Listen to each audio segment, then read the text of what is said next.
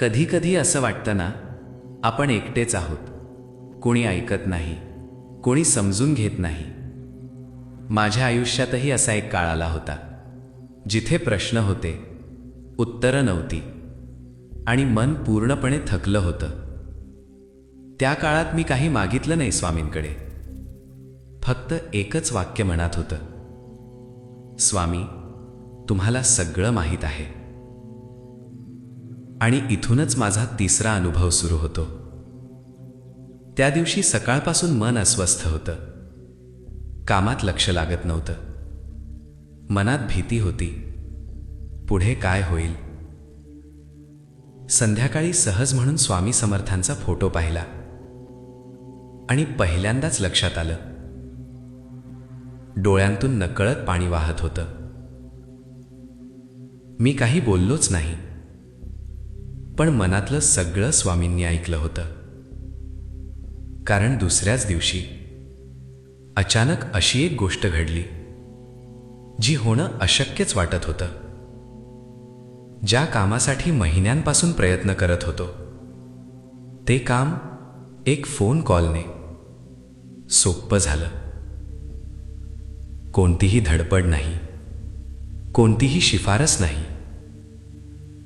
तेव्हा पहिल्यांदा समजलं, स्वामी उशीर करत नाहीत, ते फक्त योग्य वेळ पाहतात. आपण अनेकदा म्हणतो ना, मी एवढी भक्ती करतो, तरीही माझ्यासोबत असंच का? पण स्वामींची कृपा नेहमी आपल्या अपेक्षेप्रमाणे नसते, ती आपल्या गरजेप्रमाणे असते. ज्यावेळी आपल्याला वाटतं स्वामी शांत आहेत, त्यावेळी तेच आपल्या आयुष्यात सगळ्यात जास्त काम करत असतात. आजही जेव्हा मन घाबरतं, मी एकच मंत्र म्हणतो, श्री स्वामी समर्थ. माझं नाही, तुमचं ऐकू दे. आणि आश्चर्य म्हणजे मन लगेच शांत होतं.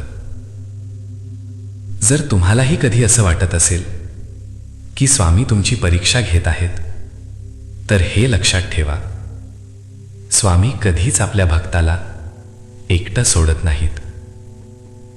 ते फक्त पडद्यामागे उभे राहून तुमचं आयुष्य घडवत असतात. श्री स्वामी समर्थ. जर हा अनुभव तुमच्या मनाला भिडला असेल, तर कमेंटमध्ये फक्त एक शब्द लिहा, स्वामी. भाग 4 लवकरच. कारण काही अनुभव बोलल्याशिवाय शांत बसू देत नाहीत.